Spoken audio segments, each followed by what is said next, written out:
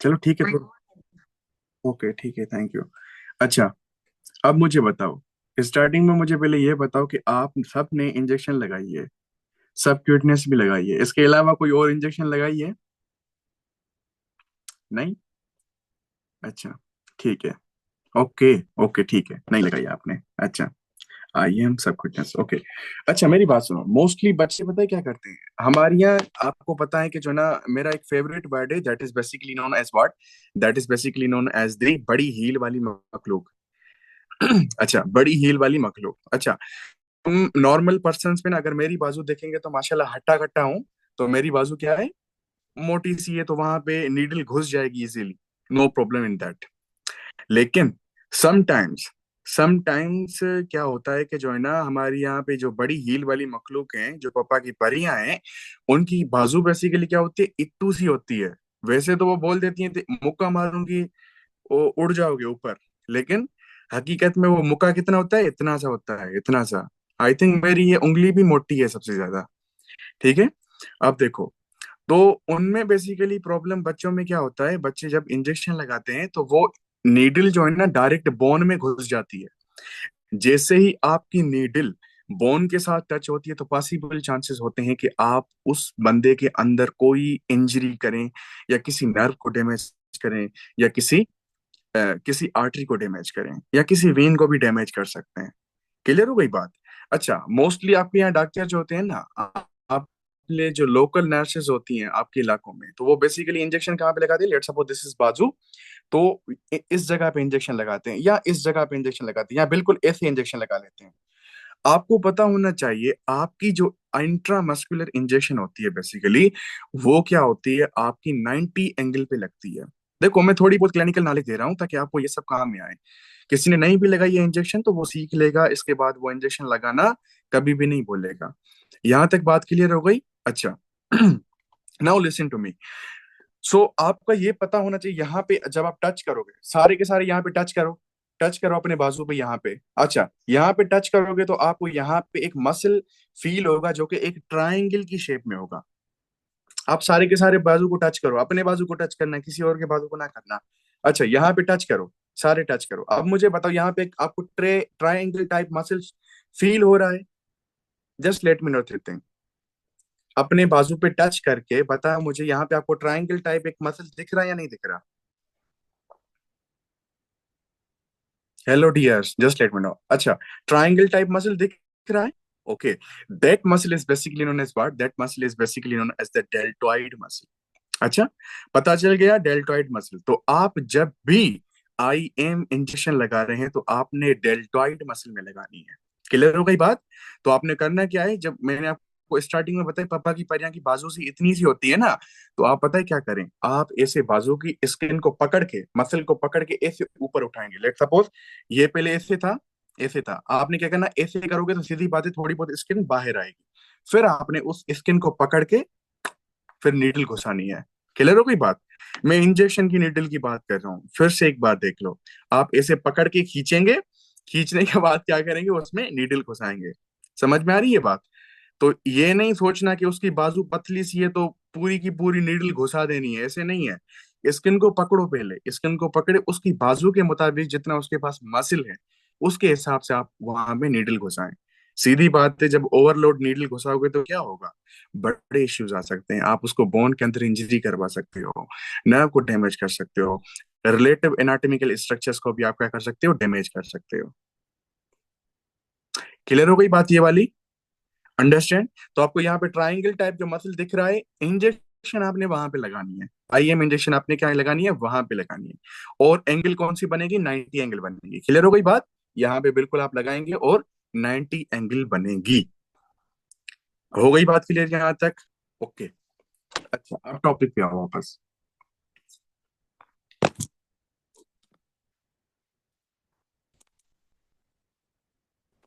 अच्छा, क्लियर हो गई बात? तो डायरेक्ट मसल आपका क्या होता है, ट्राइंगल होता है। लेट सपोज अगर वो मसल पापा की परी का छोटा है तो आप क्या करेंगे, उस मसल को ऊपर उठाएंगे। ऊपर उठाओगे तो वो सीधी बात है नीडल के लिए ज्यादा जगह बन जाएगी। फिर आप इजीली यहाँ पे नीडल घुसा सकते हो और वहां पे उसको इंजेक्शन लगा सकते हो। आई होप कि ये वाली बात आपको समझ में आ गई होगी। तो सरफेसेस के हिसाब से ये वाला सरफेस आप लाजमी याद रख लें। देन मैंने आपको बताया था कि bones of the upper limb basically consist of the four important structures. First one is basically known as the pectoral girdle, second one is the arm, and third one is the forearm, and fourth one is the hands. So अभी तक हम जो पढ़ रहे थे that is basically nothing but known as what, that is a pectoral girdle. अब मैंने आपको बताया था the pectoral girdle mainly consisting on the two important bones, क्योंकि जस्ट हम अभी ऑस्टियोलॉजी पढ़ रहे हैं। तो ऑस्टियोलॉजी के हिसाब से आपको पता होना चाहिए कि आपकी पेक्टोरल गर्डल में कितने बोन्स होते हैं। दो बोन्स होते हैं, एक होते हैं आपकी जो है ना क्लेविकल बोन, दूसरी होती है आपकी स्कैपुला बोन। क्लियर हो गई बात। बाकी हेड ऑफ ह्यूमरस भी उसमें पार्टिसिपेट कर रहा है, लेकिन वो प्राइमरली तौर पे नहीं है पेक्टोरल गर्डल का पार्ट, तो इस वजह से हम उसको फिलहाल डिस्कस नहीं करेंगे। जब हम आर्म पढ़ेंगे तो वहां पे डिस्कस करेंगे। ओके हो गई बात। अच्छा, हमने ना पेक्टोरल गर्डल में पहली बोन पढ़ी थी, दैट पहली bone is basically known as the clavicle bone. Clavicle bone. अच्छा, कौन सी बोन पढ़ी थी? क्लेविकल बोन पढ़ी थी। अच्छा, मैंने आपको बताया था कि clavicle bone the term is basically taken from the Greek language, लेकिन अगर आप अपनी बीडी चर्चा वाली बुक में देखोगे तो वहां पे आपको जो क्लेविकल टर्म है it is basically taken from the Latin language. तो कोशिश करें आप जो है ना ग्रामसन को फॉलो ना करें, जस्ट जो है ना आप बीडी चर्चा को फॉलो करें, क्योंकि आपके एग्जाम मोस्टली वहां से आते हैं। लेकिन अकॉर्डिंग टू द ग्रामसन एडिशन, तो वहां पे ओरिजिनल जो वर्ड है वो ग्रीक लैंग्वेज से लिया गया है, और उसकी मीनिंग है आपकी की लाइक स्ट्रक्चर। क्लियर हो गई बात।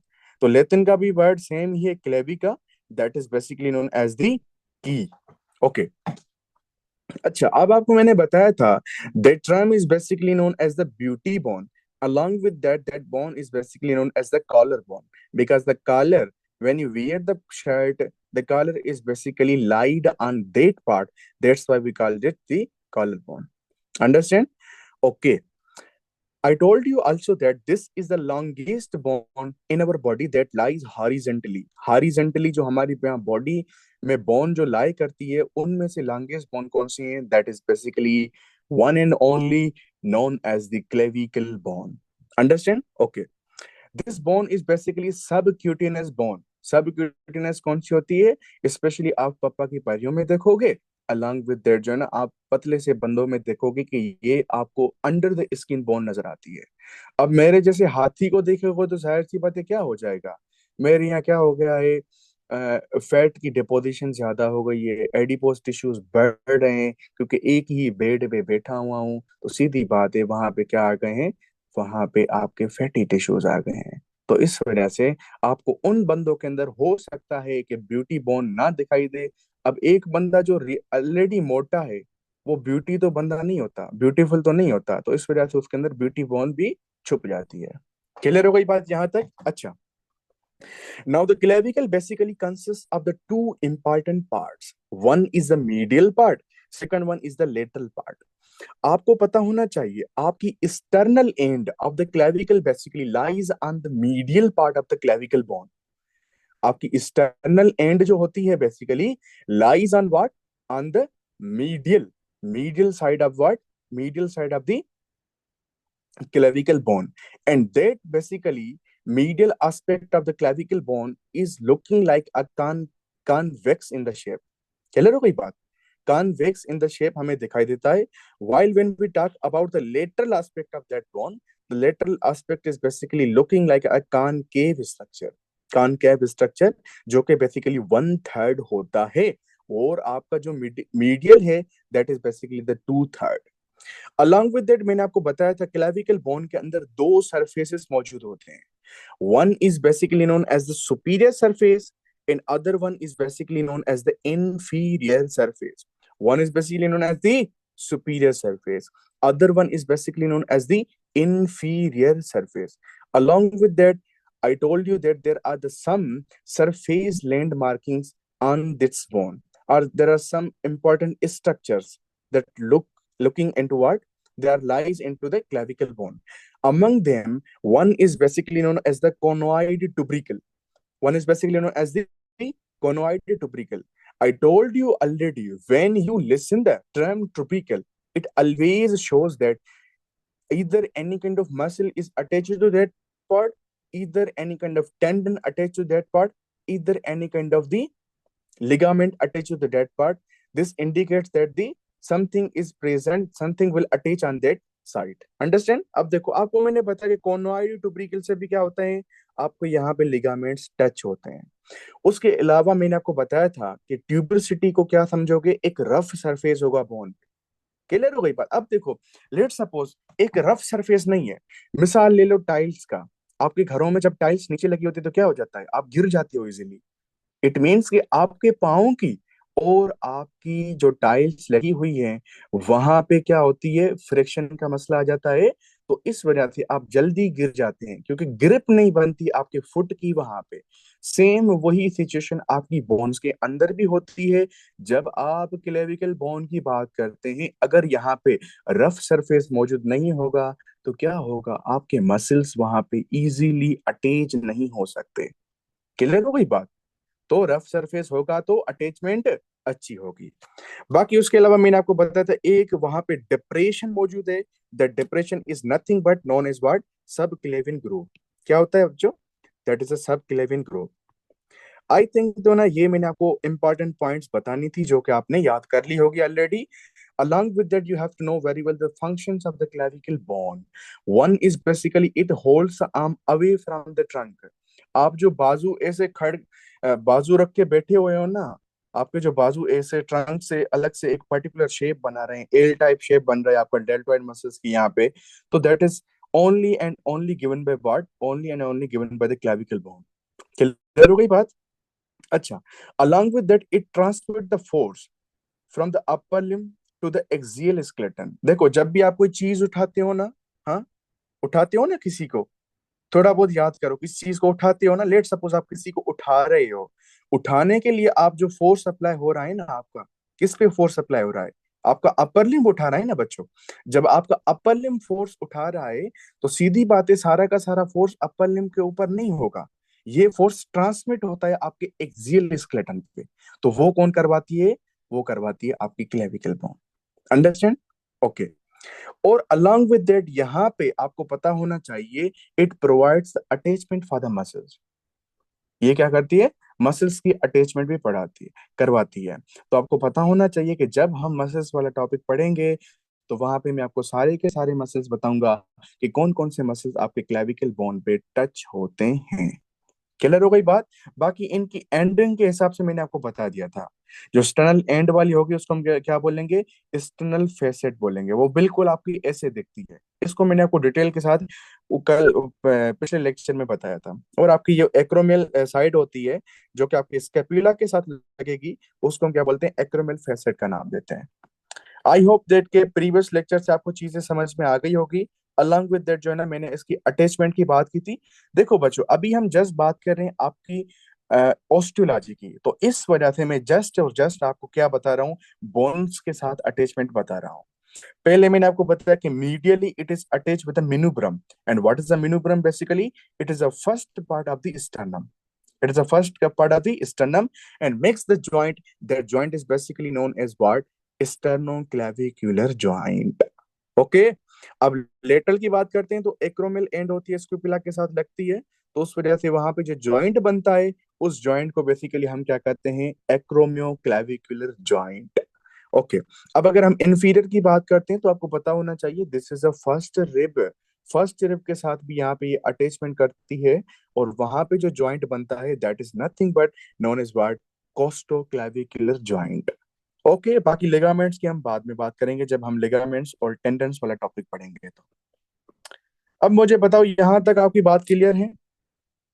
Just let me know my dear, यहां तक आपकी बात क्लियर है?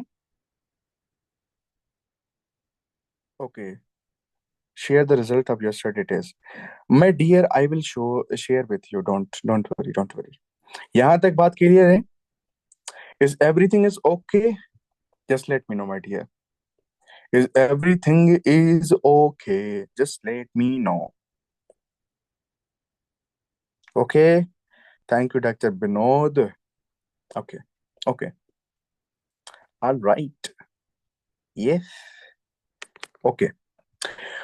Okay, now the first part we already finished of the pectoral girdle. Now come to the second part, that is nothing but known as what? Known as the scapula. Known as the scapula. Scapula. Okay. First, you have to understand the important structure of the bone. Can you see here the shape of this bone? Is this looking like a triangle? Just let me know in the comments. Is this looking like a triangle or not? Okay. Yes, it is looking like a triangle. So it means that scapula bone is a triangular flat bone. Is basically the triangular triangular flat bone. Flat bone. Understand? Okay. Now, the most of anatomy teachers will ask from you that what is the exact anatomical position of this scapula bone. देखो आप तो क्या बताओगे कि ये upper limb में मौजूद होता है, लेकिन ऐसे तो नहीं बताना होगा, सीधी बात है। आप रिलेशनशिप बताओगे दूसरी स्ट्रक्चर के साथ, ये कहाँ पे मौजूद होता है। आप कैसे बताओगे? Basically it extends from the second rib to the seventh rib. आ रही है बात समझ में?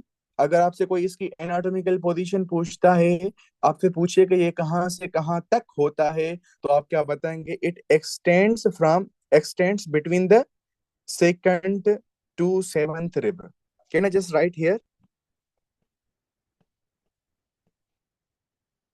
एक्सटेंड फ्रॉम, ये फ्रॉम ना लिखो, बिटवीन लिखो। Extend between second to seventh rib. Clear हो गई बात यहां तक? Hello dear. छोटी छोटी बातें पढ़ो, उसके बाद आपको सारी की सारी बात समझ में आ जाएगी। जस्ट मेरा थोड़ा थोड़ा साथ दो मेरे साथ। पहले आपने क्या पढ़ा कि this is a triangular bone, flat bone है। एक्सटेंड कहाँ से कहाँ तक करती है? आपकी सेकंड रिब से लेके आपकी सेवंथ रिब तक ये मौजूद होती है। इतनी बात आपको समझ में आ गई? ओके। अब हम बात करते हैं इसकी सरफेसेस की। देखो, शॉर्ट शॉर्ट नोट्स बनाएंगे ताकि आपको बात समझ में आ गए। तो बेसिकली अगर हम इसके सरफेसेस की बात करते हैं, it contains the two important surfaces. It contains the two important surfaces.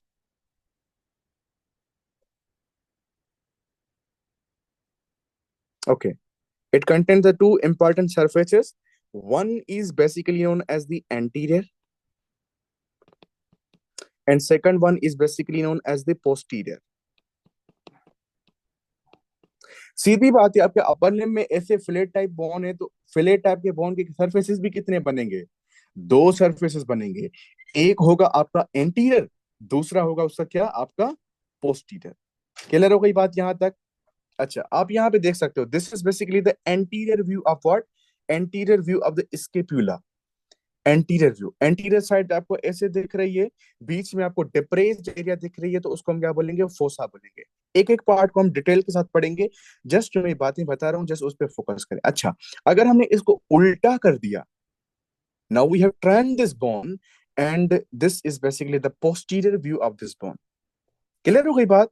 Anterior में आपको ऐसे दिखेगा, पोस्टीरियर में आपको ऐसे दिखेगा। आ गई बात यहां तक क्लियर? ओके।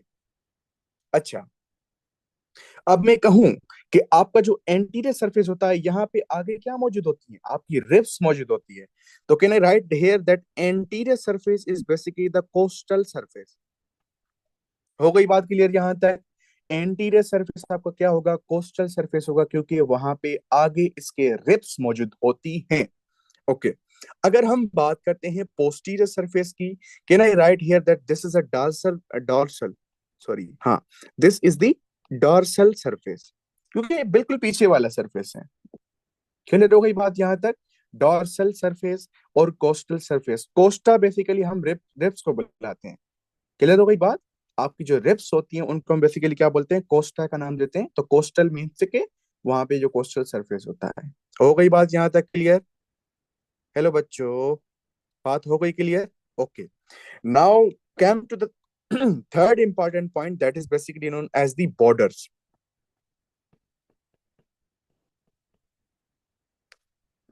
देखो एक एक पॉइंट को आप डिवीजन करके पढ़ोगे तो फिर आपको चीजें याद होगी। आपको पता चल गया कि पहले एक ट्रायंगुलर है, फ्लैट है, एक्सटेंड करती है सेकंड से सेवंथ रिब तक। और आपको सरफेसेस का भी पता चल गया, दो सरफेसेस होते हैं, एक होता है आपका एंटीरियर सरफेस, दूसरा होता है इसका पोस्टीरियर सरफेस। क्लियर हो गई बात यहां तक? ओके।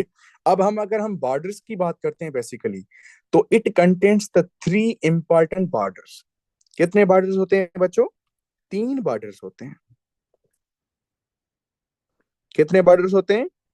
तीन बॉर्डर्स होते हैं। ओके।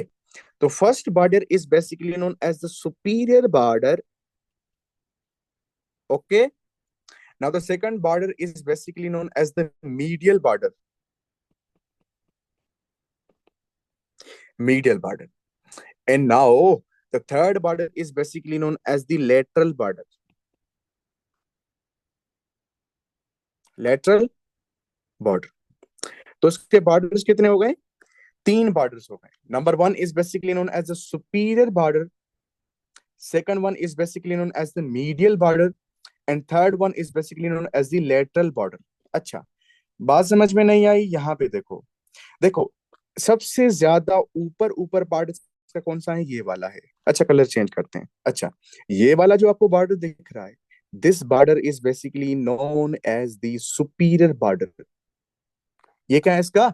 सुपीरियर बॉर्डर है। बॉर्डर मीन्स की आउटलाइन जो उसकी है, ठीक है, एंडिंग पार्ट जो उसका है। क्लियर हो गई बात? यहाँ जैसे आपकी कंट्रीज में बॉर्डर्स होते हैं कि मतलब ये इसका एंडिंग पोर्शन है, तो एंडिंग पोर्शन का बॉर्डर बोलते हैं। क्लियर हो गई बात? अच्छा, यहां तक तो इसका क्या था? ये सुपीरियर बॉर्डर था। अगर हम यहां से बात करते हैं, ये मीडियल साइड ऑफ बॉडी पे होता है। पता चल गया? देखो अगर बोन को आप अच्छे से देखते हो, तो ऑलरेडी मैंने आपको स्टार्टिंग में बताया था, you know anatomy greater than me. मुझसे ज्यादा आप सबको एनाटॉमी आती है, लेकिन मसला क्या है कि आप एक स्ट्रक्चर को अच्छे से देखते नहीं हो। जैसे ही आप स्ट्रक्चर को अच्छे से देखोगे, आप खुद ब खुद बताएंगे कि ये इसका मीडियल बॉर्डर है, ये इसका लेटरल बॉर्डर है, ये इसको हम ये कहते हैं, ये इसको हम ये कहते हैं।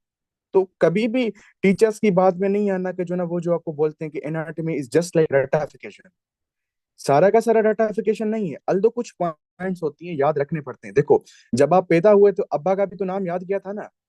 तो सीधी बात है, आपकी स्ट्रक्चर से उनका नाम तो आप याद करोगे। अगर आपको अब्बा के नाम याद करने में कोई मसला नहीं है, तो बोन के नाम याद करने में आपको कौन सा मसला हो जाता है? सीधी बात है, नाम आपको याद रखेंगे, फिर अब्बा की कैरेक्टरिस्टिक्स आप खुद जान सकते हैं। को वो अम्मी के साथ अच्छा चल रहा है, दैट लविंग। अम्मी के साथ बुरा चल रहा है, that is a bad man. सीधी बात है। तो बोन को आपने नाम याद रखने, बाकी सारी की सारी चीजें आपको ऑलरेडी आती हैं। That's why I told you that you know anatomy greater than me, you just need a polish. तो सीधी बात है, वो आप कोई और टीचर आपकी पॉलिश करे या मैं पॉलिश करूं, मैंने पॉलिश करके जस्ट दिखाना है कि आपको कितनी एनाटॉमी अंदर में आती है। अब मुझे सिंपल बताओ, जितनी भी अभी मैंने चीजें पढ़ाई है, ये आपको ऑलरेडी आती है नहीं आती है? चलो उनको छोड़ो जिन्होंने यूनिवर्सिटी में पढ़ी है, वो बच्चे मुझे बताएं जिन्होंने आज फर्स्ट टाइम ये चीजें देखी हैं।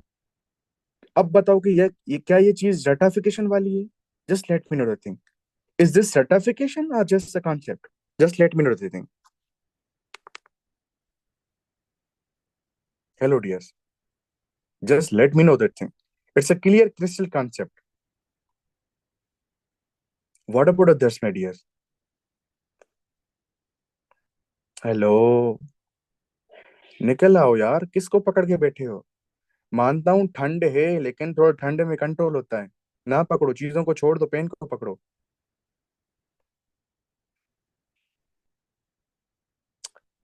Leave that thing, leave that structure, just grip the pen. Okay. अच्छा, सीधी बात है, मैंने आपको बताया ना, अब्बा का नाम है, आपको याद रखने में कोई मसला नहीं है, तो फिर स्ट्रक्चर का नाम याद रखने में नहीं मसला होना चाहिए ना? सीधी बात है। अब अम्मी को तो मैं जा ही नहीं रहा, उसका तो मैं नाम पूछ ही नहीं रहा, अब्बा का नाम पूछ रहा हूँ, अब उसमें भी क्या गलत बात है? ओके। अब आओ यहाँ पे, देखो ये ऊपर है इस वजह से, it is on the upper side, that's why we what we call this a superior border. ये क्या है बेसिकली? This is a superior border. Clear हो गई बात यहाँ तक? सॉरी, इसकी साइज बढ़ गई है। अच्छा, this is the superior border. Clear हो गई बात? अब ये मीडियल साइड पे, that is the medial border. Okay. अब देखो, ये लेटरल साइड ऑफ बॉडी पे होता है, तो इस वजह से इस बॉर्डर को हम क्या बोलेंगे? लेटरल बॉर्डर का नाम देंगे। और ये बात क्लियर? तो it contains three important borders. Okay हो गई बात यहां तक? अच्छा, अब हम आते हैं फोर्थ चीज पे। चीजों को डिवाइडेड पढ़ोगे तो आपको इजी समझ में आएगा। सारे कॉम्प्लेक्स स्ट्रक्चर फर्स्ट टाइम देखोगे तो आपको समझ में नहीं आएगी। ओके। अगर हम बात करते हैं प्रोसेसेस की, प्रोसेस, क्लियर हो गई बात? Again it contains three important processes. कितने प्रोसेस कंटेंट करता है बच्चों ये? Oh sorry, it contain three important processes. अच्छा, पहले मुझे ये बताओ कि प्रोसेस हम एनाटॉमी में कहते हैं किस चीज को है? Just let me know the thing. मुझे ये बताओ, what is the process in the anatomy? Anatomy में हम प्रोसेस किस चीज को कहते हैं? Just let me know.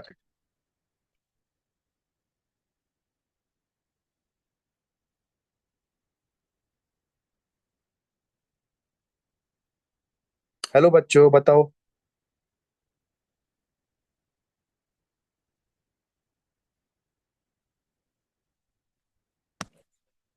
Okay, नहीं पता? अच्छा, कोई मसला नहीं, कोई मसला नहीं। अच्छा, छोड़ो छोड़ो, अब आ जाओ। अच्छा, a process is basically like a projection. Process हम किस चीज को कहते हैं? प्रोजेक्शन को कहते हैं। कोई चीज बाहर निकली हुई है, उभरी हुई है, उस चीज को हम बेसिकली क्या बोलते हैं? प्रोजेक्शन का नाम देते हैं। क्लियर हो गई बात? देखो, सुबह को उठते हो ना, कोई चीज प्रोजेक्ट होती है, दैट इज अ प्रोजेक्शन। आ रही है बात समझ में? अच्छा, that is the out growth. पहले छोटा सा होता है, फिर सुबह को बड़ा हो जाता है, that is what? That is the projection. तो उसको हम बेसिकली क्या कहते हैं? प्रोसेस का नाम देते हैं एनाटॉमी में। क्लियर हो गई बात? What is the process? Basically a process is basically a projection or the outgrowth of any tissue। Bones की बात करें तो सीधी बात है, यहाँ पे बोन होगा। तो इस वजह से मैं जस्ट लफ्ज की मीनिंग बता रहा हूँ कि एनाटॉमी में हम किस चीज को कहते हैं। अच्छा, यहाँ तक बात क्लियर है? ओके। अब मेरी जान, आपको पता होना चाहिए कि एनाटॉमी के अंदर जो स्केपुला है, स्केपुला के कितने होते हैं प्रोजेक्शंस? तीन प्रोजेक्शंस होते हैं। क्लियर हो गई बात? प्रोसेस होते हैं, प्रोजेक्शन या प्रोसेस बात एक है। Number one is basically known as the spine projection. Okay हो गई बात यहां तक? अच्छा, दूसरा होता है आपको जो ना कैराकॉइड। और third one is basically known as the acromion. Acromion. Clear हो गई बात? तीन प्रोसेसेस होते हैं। एक होता है आपका स्पाइन, दूसरा होता है कैराकॉइड प्रोसेस, और तीसरा होता है आपका एक्रोमियन प्रोसेस। अब देखो, अच्छा, आपने यहाँ पे पता चल गया, this is basically known as the medial side, medial border. This is the lateral border, this is the superior border. Clear होगी बात? अब देख रहे हो, ये आपको बोन्स की आउट ग्रोथ नहीं दिख रही? नॉर्मली ये ट्राइंगल शेप है, लेकिन ये आपको आउट ग्रोथ दिख रही है ना? That out growth is nothing but known as the projection और द प्रोसेस। क्लियर हो गई बात? क्या है आपकी? प्रोजेक्शन है। क्लियर हो गई बात? या आपकी प्रोसेस है। तो इट मींस दैट आपकी यहाँ पे जो प्रोजेक्शन है बेसिकली कौन सी है?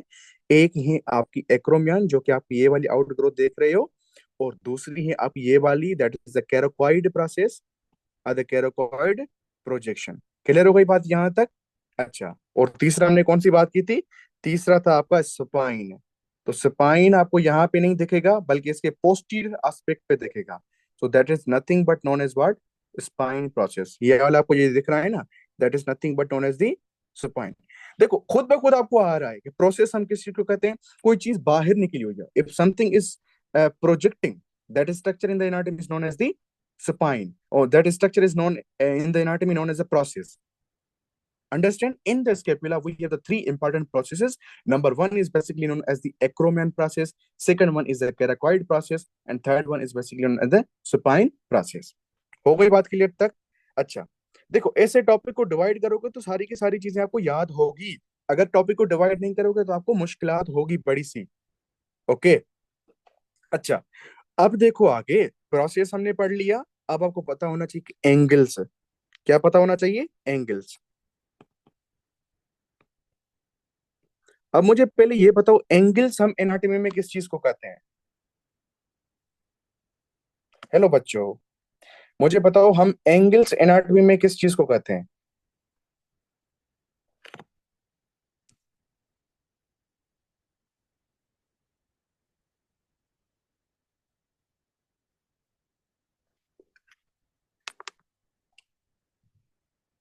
जहाँ एंगल बनता हो। अच्छा, सिंपल बात है, सिंपल बात है।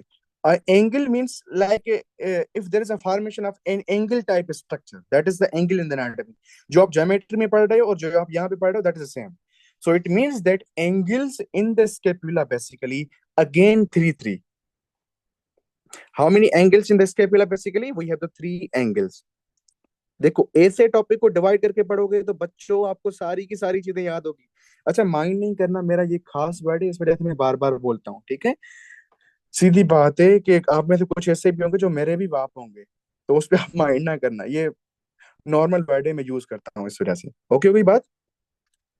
अच्छा, how many angles basically? There are the three important angles. Number one is basically known as the superior angle. Okay. And the second angle is basically known as the lateral angle. And third angle is basically known as the inferior angle. Inferior angle. Clear हो गई बात? कितनी angles हो गई आपकी? तीन angles हो गई. There are the three important angles. Look at here. Is there here any kind of formation of angle type structure like in this thing? यहाँ पे कोई एंगल बन रही है? Again, same thing. That is nothing but known as what? That is known as the आपकी यहाँ पे कौन सी एंगल है? That is a superior angle. Okay, हो गई बात यहाँ तक? अच्छा, अब देखो, यहाँ पे भी कोई एंगल बन रही है, that is nothing but known as the inferior angle. यहाँ पे कौन सी एंगल हो गई आपकी? इंफीरियर एंगल हो गई. ओके. अब हमने तीसरी एंगल कौन सी डिस्कस की थी? देखो, हमने तीन एंगल्स को डिस्कस किया, सुपीरियर, इंफीरियर एंड लेटरल. तो लेटरल आपकी एंगल कहाँ पे दिखेगी? हेलो बच्चों, लेटरल एंगल आपकी कहाँ पे दिखेगी? ऑब्वियसली आपकी यहाँ पे दिखेगी, that is a lateral border. आपकी यहाँ पे जो एंगल बनेगी उसको हम बोलेंगे, यहाँ पे जो एंगल बन रही है that is the lateral angle. अब आपको यहाँ पे इजीली नहीं दिखेगी. लेट सपोज मैं आपको दूसरी पिक्चर में दिखा दूंगा, वो आपको दिखेगी. देखो, यहाँ पे आप देख सकते हो, तो पीरियड एंगल यहाँ पे दिख रही है. नहीं, इसमें भी नहीं दिखेगी अच्छे से.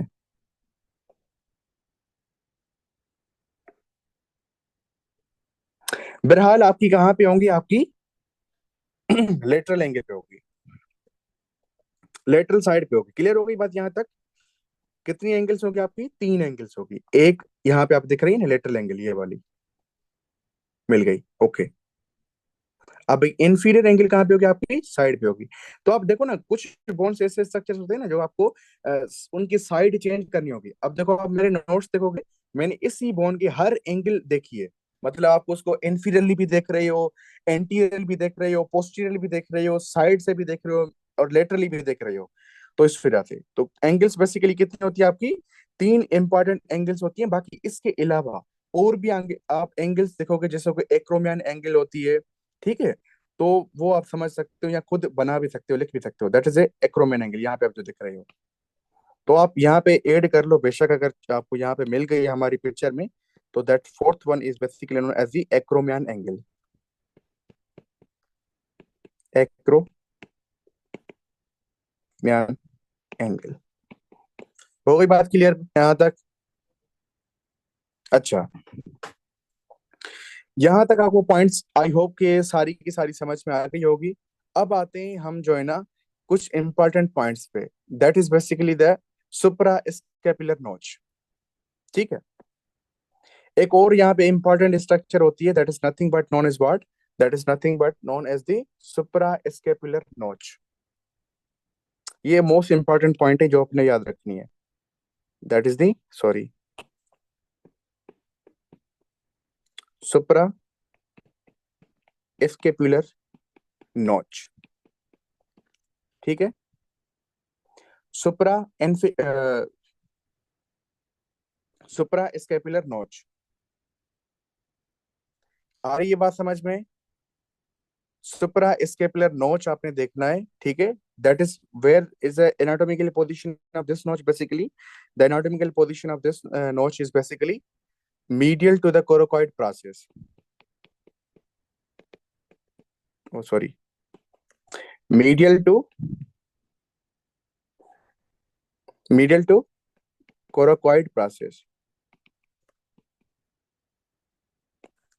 ओके, अब देखो, मैं आपको यहाँ पे ये चीज क्यों बता रहा हूँ, क्योंकि आपको पता होना चाहिए जब हम नर्व्स वाला टॉपिक पढ़ेंगे, जब हम ब्रेकियल प्लेक्सस पढ़ेंगे, वहां पे मैं आपको बताऊंगा कि यहाँ से क्या होती है, नर्व्स की पैसेज होती है। तो आप फिलहाल यहाँ यहाँ पे क्या लिखोगे? Nerve passage.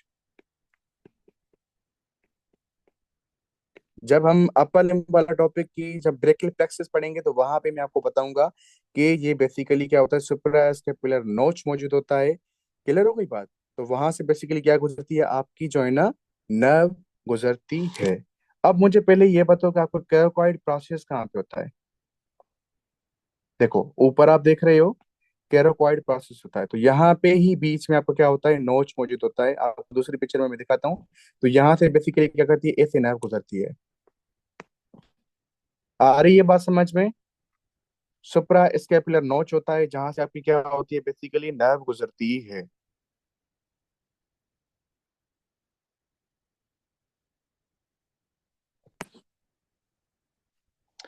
यहां तक बात समझ में आ गई सबको? Do you have any kind of a question from this?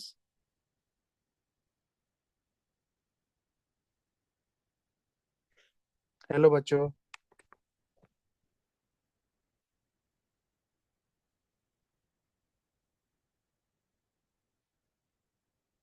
Okay, thank you dear, thank you. अच्छा, यहां तक आपको अगर बात समझ में आ गई है तो आपको पता होना चाहिए, पता होना चाहिए। अच्छा, उसके बाद आपको पता होना चाहिए एक इंपॉर्टेंट बात, that is basically the fossa of the scapula.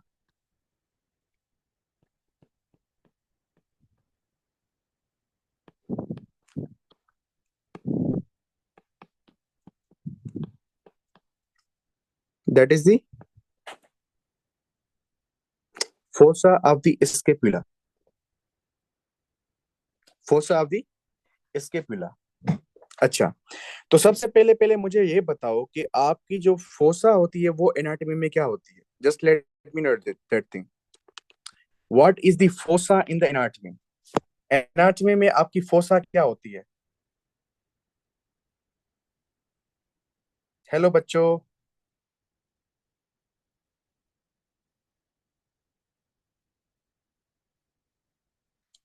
Okay, doctor Saira says that depression. Yes dear, yes dear, it is a depression.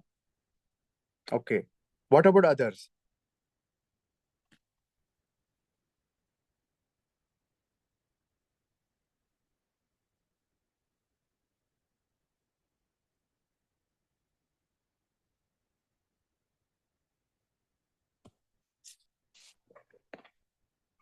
Sir, which was the structure in the embryonic stage? Not in the embryonic stage. I told you, yes. Okay. So fossa, you already know very well that is a depression. Depression. Okay.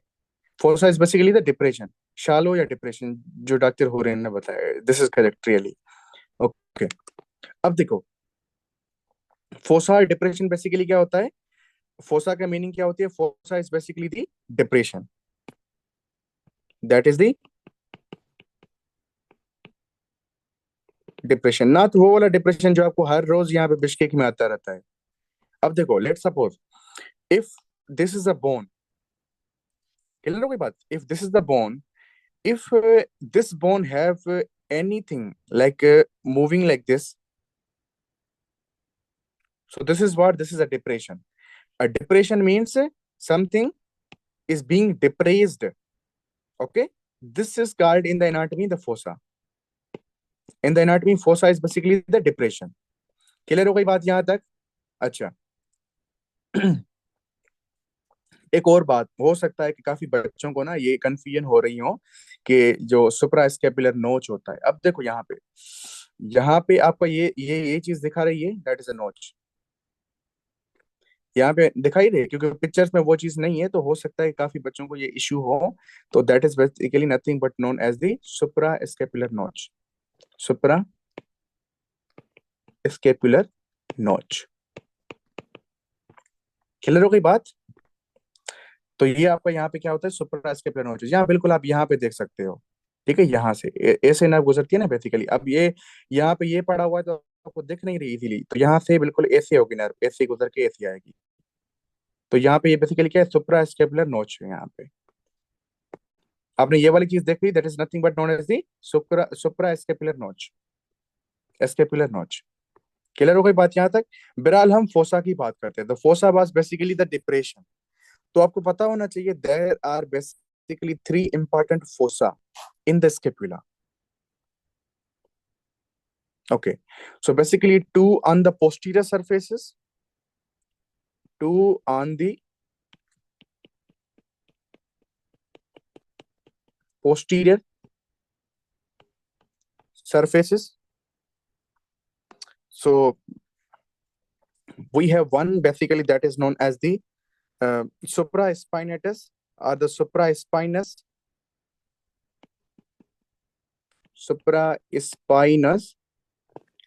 and second one is basically known as the infraspinous. Infraspinous. Okay. दो तो आपको पता चल गए। अब जो तीसरा basically होता है that is basically the anterior surface पे। तीसरा is basically on the anterior surface. Anterior surface.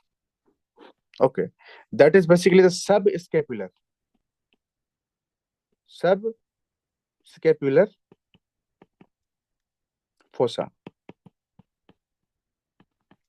Clear हो गई बात यहां तक? अच्छा, मैंने आपको क्या बताया, two basically present on the posterior surface. Two आपके कहाँ पे मौजूद होते हैं? पोस्टीरियर सरफेस पे मौजूद होते हैं। पोस्टीरियर सरफेस पे मैंने आपको ये बताई, this is the anterior view of this and this is the posterior view. This is the posterior view. अब देखो यहाँ पे आपको ये डिप्रेशन दिख रहा है। यहाँ पे कौन सा, ये वाला कौन सा पार्ट है? That is basically the spine, spine of the scapula. That is a spine of the scapula. तो एक आपका क्या होगा, सुप्रा स्पाइनस। इट मीन्स के इस स्पाइन से ऊपर, इस स्पाइन से ऊपर, that is nothing but known as the supraspinous. और दूसरा जो इसके नीचे आपको ये डिप्रेस दिखाई दे रही है, तो that is nothing but known as what, that is the infraspinous. Infraspinous. Clear हो गई बात? Supraspinous and the infraspinous. Supraspinous and the infraspinous. Okay. और ऑन द एंटीरियर साइड पे जो आप देखोगे तो आपको क्या होता है, सब scapular fossa. So what is the anterior side? Anterior side आप ये है, तो यहाँ पे ये वाला जो आपको डिप्रेशन दिख रहा है, that is nothing but known as a subscapular fossa. Clear हो गई बात यहाँ तक? अब देखो इसके पास बेसिकली तीन इंपॉर्टेंट फोसास मौजूद होते हैं, डिप्रेशन मौजूद होते हैं। दो आपके पोस्टीरियर सरफेस पे होते हैं, एक स्पाइन से ऊपर वाला that is the supraspinous, और दूसरा इस स्पाइन से नीचे वाला that is the infraspinous, और एक आपका एंटीरियर साइड पे होता है that is nothing but known as the subscapular fossa. Subscapular fossa. हो गई बात क्लियर यहाँ तक? Is everything is okay on that thing? Okay. So यहाँ पे आपकी क्या होती है, बेसिकली आपकी स्केपुला कंप्लीट हो जाती है। क्लियर हो गई बात? बाकी हमने जो पिक्चर्स यहाँ पे ऐड किए, तो मैं थोड़ी बहुत ओवरव्यू यहाँ पे आपको दे देता हूँ, लेकिन उससे पहले मुझे ये बताओ, do you have any kind of question from this bone? किसी का कोई क्वेश्चन है? Yes, Dr. Huren, I already told you that you can also say that supraspinatus, or you may say that supraspinous spinous. Both are right. Both are right. Depending on you, what you are saying.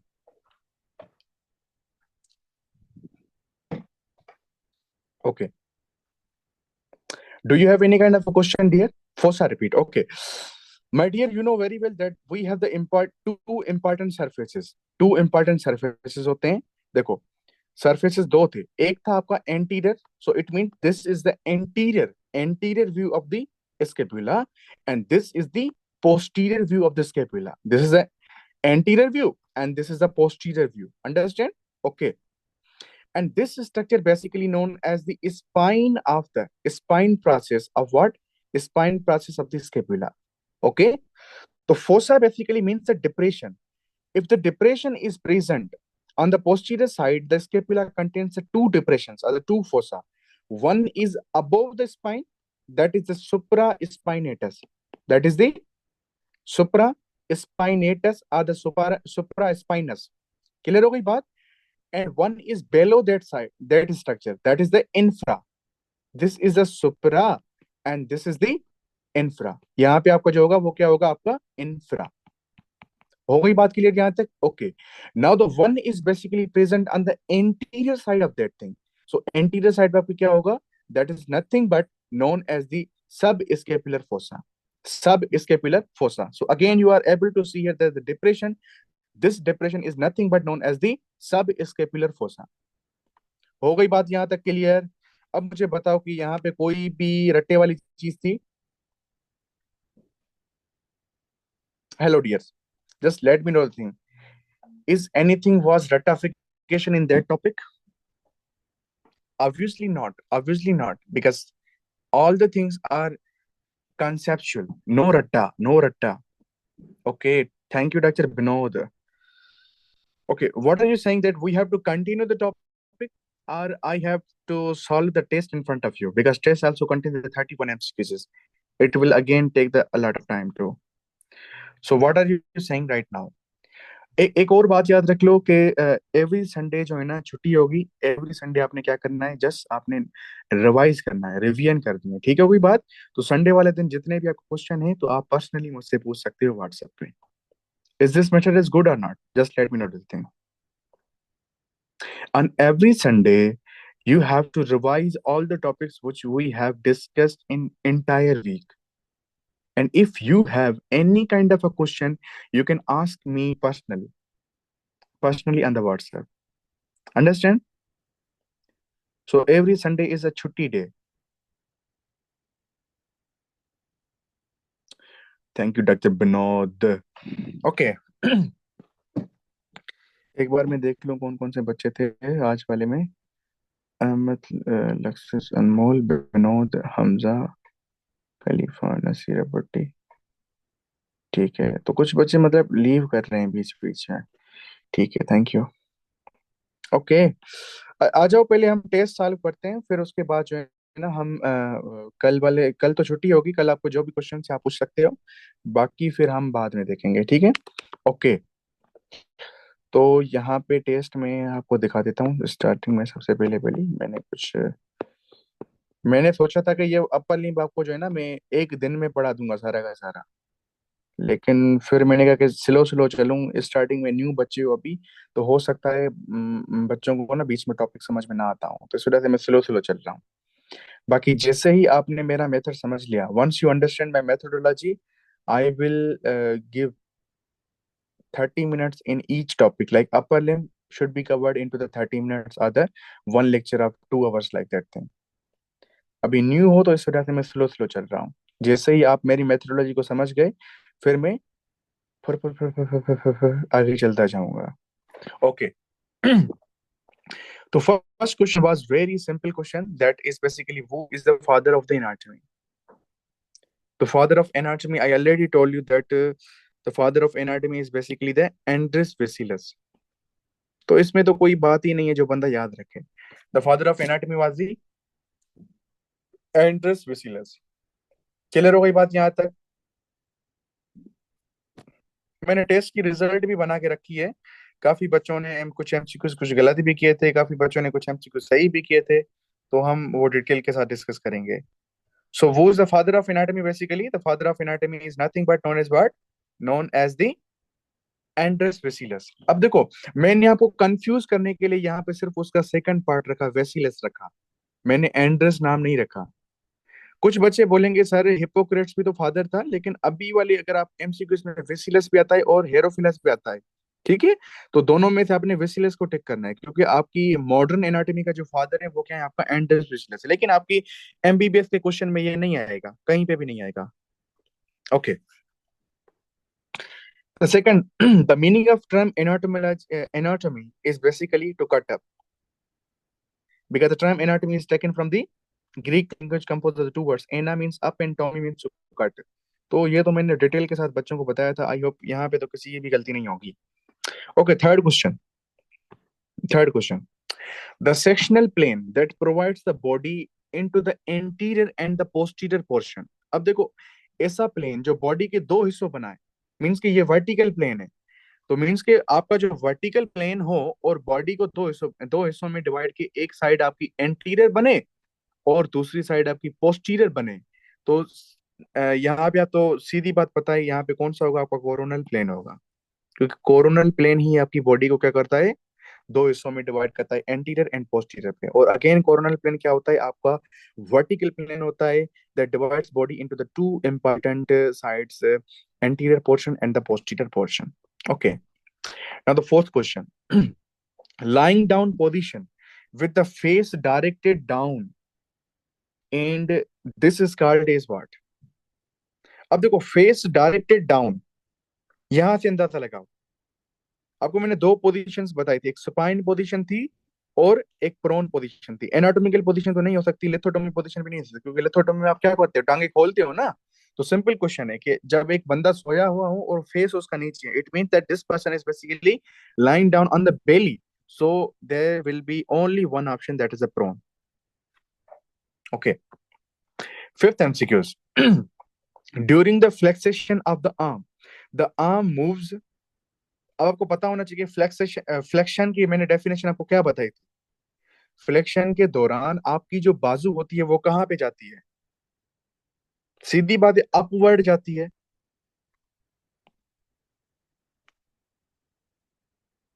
Okay, तो पहले 5 तो बिल्कुल बच्चों वाले MCQs थे और topic भी ये बच्चों वाला था. Okay, now the sixth MCQs. The right foot and the left arm are basically dash structure. Right foot and the left foot are basically which structure. अब बताओ कि मीडियल स्ट्रक्चर हैं, लेटरल स्ट्रक्चर्स हैं, या कुछ और हैं. ये पहले पहले मुझे आप बताओ, क्योंकि ये वाली पॉइंट्स मैं जानता हूं, मैंने नहीं पढ़ाई आपको. हेलो, पहले मुझे ये बताओ, क्योंकि मैंने आपको ये पॉइंट नहीं बताई.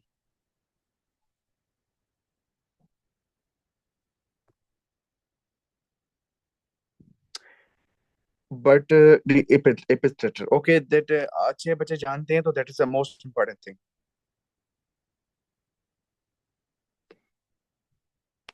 अच्छा, एपिस्टेटर की बेसिकली मीनिंग क्या होती है, ऐसी स्ट्रक्चर जो सेम साइड पे मौजूद होती है, तो उसको हम बेसिकली क्या बोलेंगे, एपिस्टेटर का नाम देते हैं.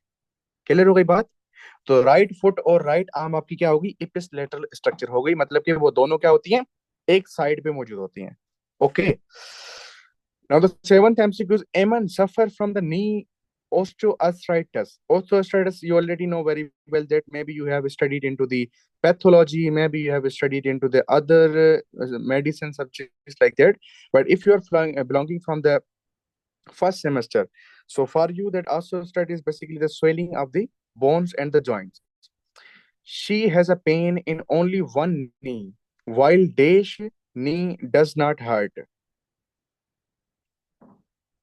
अब बताओ,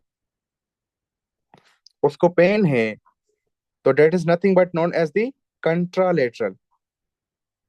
ठीक है, कंट्रालेटरल मींस के अपोजिट साइड, एक नी पे पेन और दूसरी पे नहीं है, तो ये बेसिकली क्या है, कंट्रालेटरल है. आ रही है बात समझ में, contralateral. Okay, now the eighth MCQs. Which of these structure is basically related to the rib cage.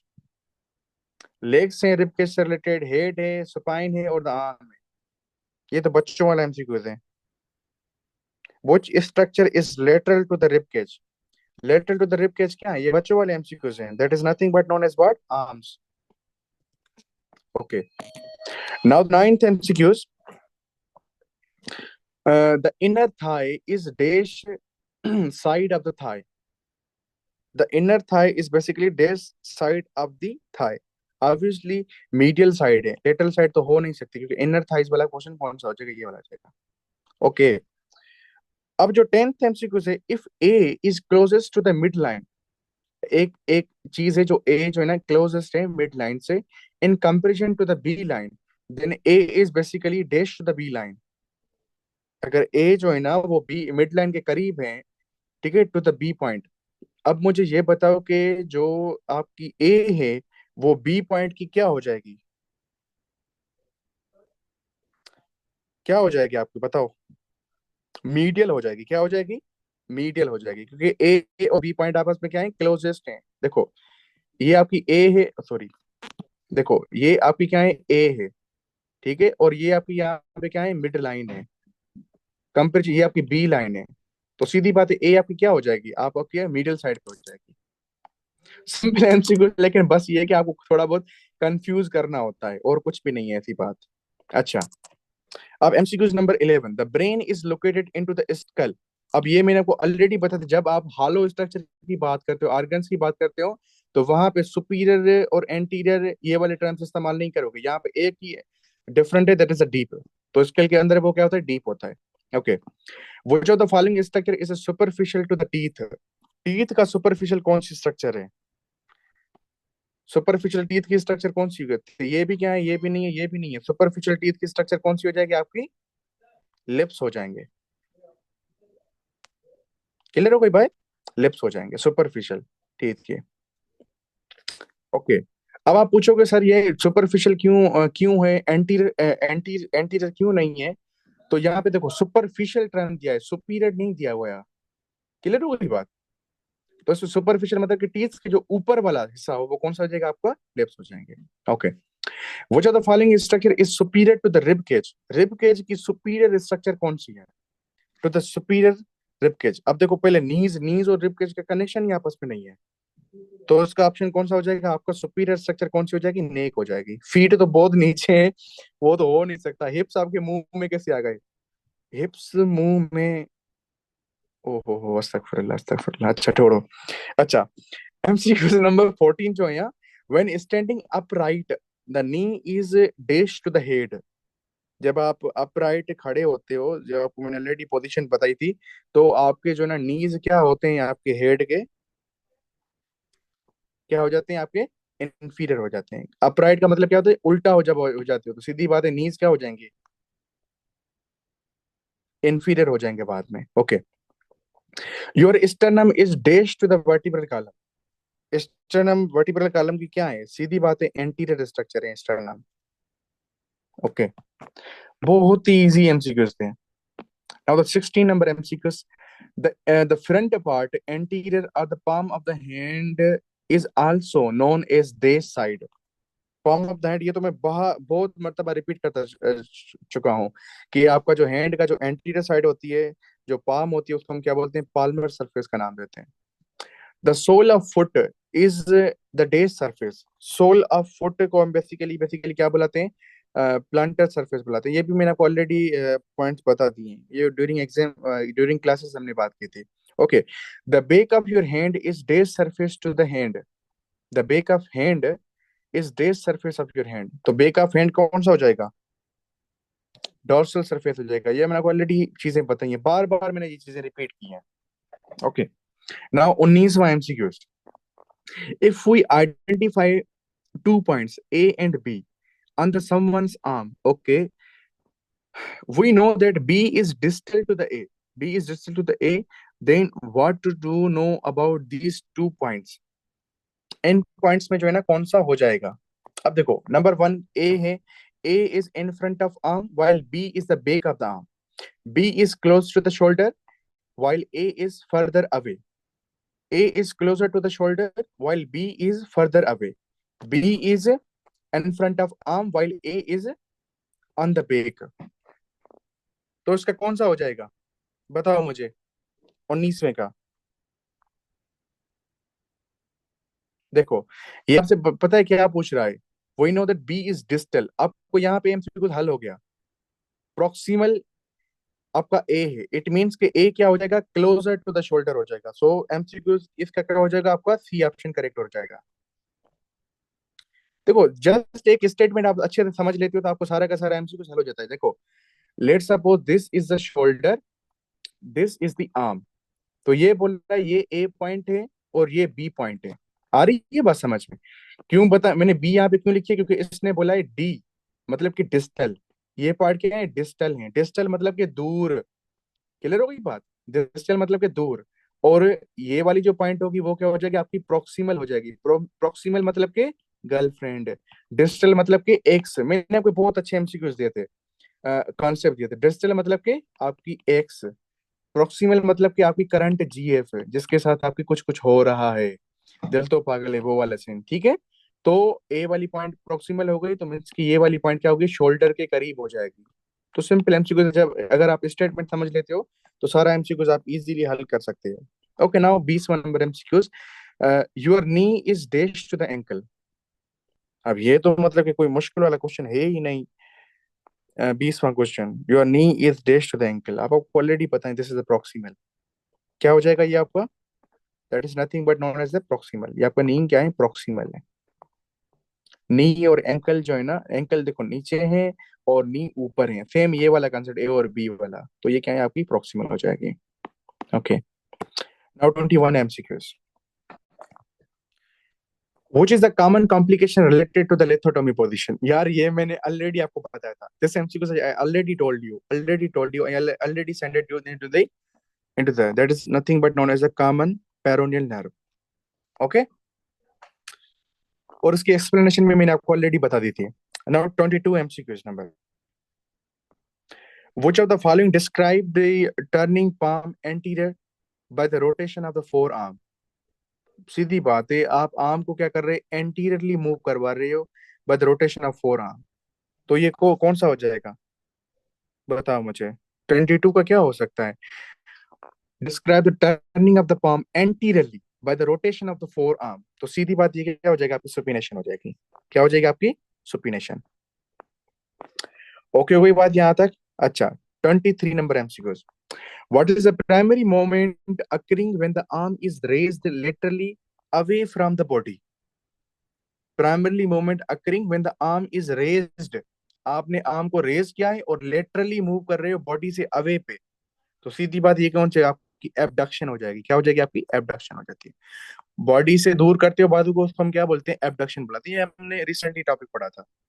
Okay, now the 24 MCQs. Which of the following movement involves a combination of the flexion, extension, abduction and the adduction?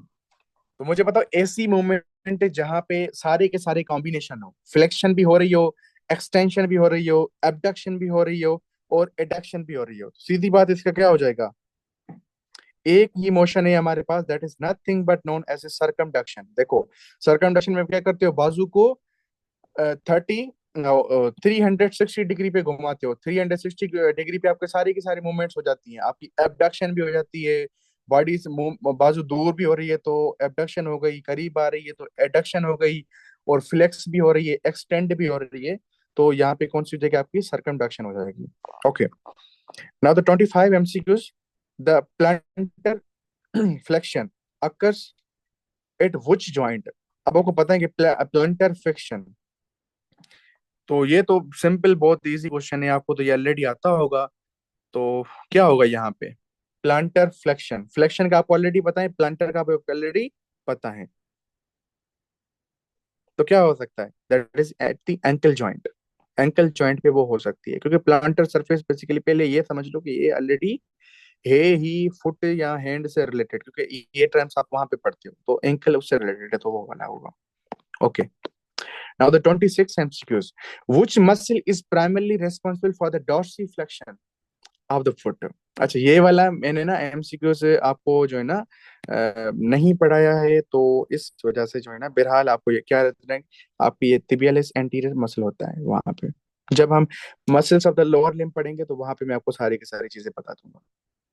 ठीक है, लेकिन बीच में मैंने इस muscle का नाम लिया था, अगर आप थोड़ा बहुत जहन को ध्यान दें तो आपको मिल जाएगा। Okay, now the 27 number MCQs.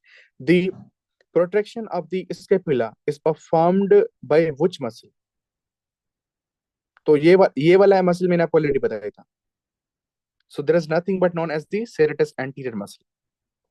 ठीक है, प्रोट्रैक्शन मैंने आपको ऑलरेडी बात बताई थी, वो कौन सी मूवमेंट्स होती है। ओके, नाउ द 28 से लेके 31 तक ये सारी की सारी क्या थी, स्टेटमेंट्स थी। तो स्टेटमेंट्स में आई होप कि जो ना आपको पता चल गया होगा।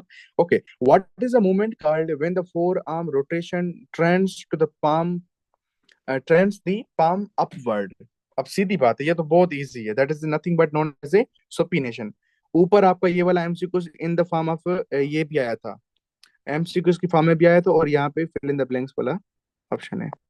तो ये क्या हुआ, आपकी सुपिनेशन होगी। तो सुपिनेशन में आप बेसिकली क्या करते हो, फोर आर्म को रोटेट करवाते हो टुवर्ड्स द पाम अपवर्ड, जहाँ पाम्स क्या होते हैं, आपका अपवर्ड्स होते हैं। ओके, अब 29 एमसीक्यूज क्या होते हैं, motion combining the flexion extension abduction and adduction. देखो सेम एमसीक्यूज आपका रिपीट हुआ है, that is nothing but known as the circumduction, circumduction. Okay, now the 30 MCQs that which is the moment, what is the moment called when the top of the foot is brought closer to the shin? तो क्या होगा आपकी, ये Dorsey flexion होती है Shin के, जब आप करवाते हैं तो क्या होती है आपकी dorsiflexion, that is nothing but known as the dorsiflexion. Okay, the last MCQ that which is the what is the moment called when the thumb touches the fingers? देखो ये वाला मैंने आपको वीडियो ओपन करके भी बताया था, तो that is nothing but known as the opposition,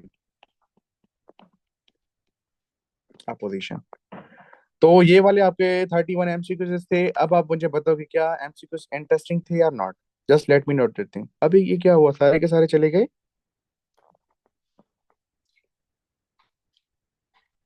okay,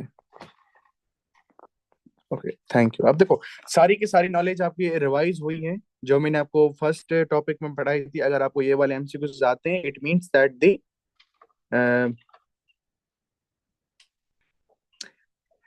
देखो इनमें से हो नहीं सकता, लेकिन इनके कॉन्सेप्ट के थ्रू आप एनआरई के एमसीक्यू समझ सकते हो। लेकिन ये जनरल टॉपिक्स है, तो जनरल टॉपिक्स हमारी एनआरई में नहीं आते।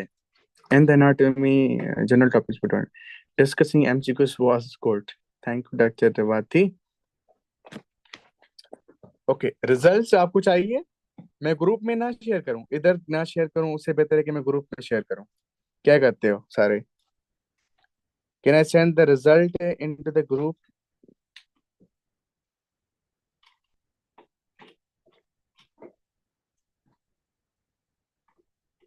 ओके, रिजल्ट्स मैंने बना ली है ऑलमोस्ट सारी, बस मैं क्या करता हूँ ग्रुप में शेयर करता हूँ।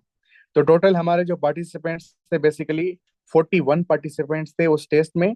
जो तीन बच्चे थे उन्होंने टेस्ट लेट सबमिट करवाई थी, लेकिन फिर भी हमने उनकी क्या करी है, रिजल्ट बनाई है। We are waiting, please group में सेंड कर। Okay, okay, thank you dear, thank you. Okay, thank you dear. तो रिजल्ट्स मैंने चेक कर लिए हैं सबके, जो है ना फॉर्म्स, गूगल फॉर्म आपने जो फिल किए थे। बाकी जो है ना वो रिजल्ट्स मैं ग्रुप में शेयर करता हूँ थोड़ी देर में, वो एक पीडीएफ बना के नोट्स के साथ आपको सारी चीजें भेज देता हूँ। तो अभी यहाँ तक किसी का कोई क्वेश्चन हो तो वो पूछ सकता है। Do you have any kind of a question from the pectoral girdle? Just let me know that thing, और maybe any question from this test? ना? Okay, thank you, dear. Thank you. Thank you. So this is enough for today. I hope that you enjoyed the lecture, and don't forget to uh, repeat again these all topics, because revision can make you more perfect in this subject, because this subject needs more and more revision. कल छुट्टी है। Yes, yes. On Sunday I will not take class, because as a human I need also rest little bit. What do you think so? If you will say that I will arrange class in the morning time, that I will take class from the, I will wake up on the 12 o'clock. Then from 12 o'clock I will take class up to the night 10. Is it okay? Sir, we will. Okay, okay, okay. You can revise. We will not work. Okay, okay, okay. No problem, no problem. So this is Sunday. You have to take the rest, and in the evening time you can revise the topics. And if you feel any kind of question, you can ask me personally in the WhatsApp, or maybe anywhere else where you need. Okay, Sunday fun day. Okay, dears. So I hope that you enjoyed the lecture. Thank you so much for joining this section, and keep in touch. May Allah bless you and give you more power to learn and memorize the complete entire anatomy of human body. Allah Hafiz. Take care.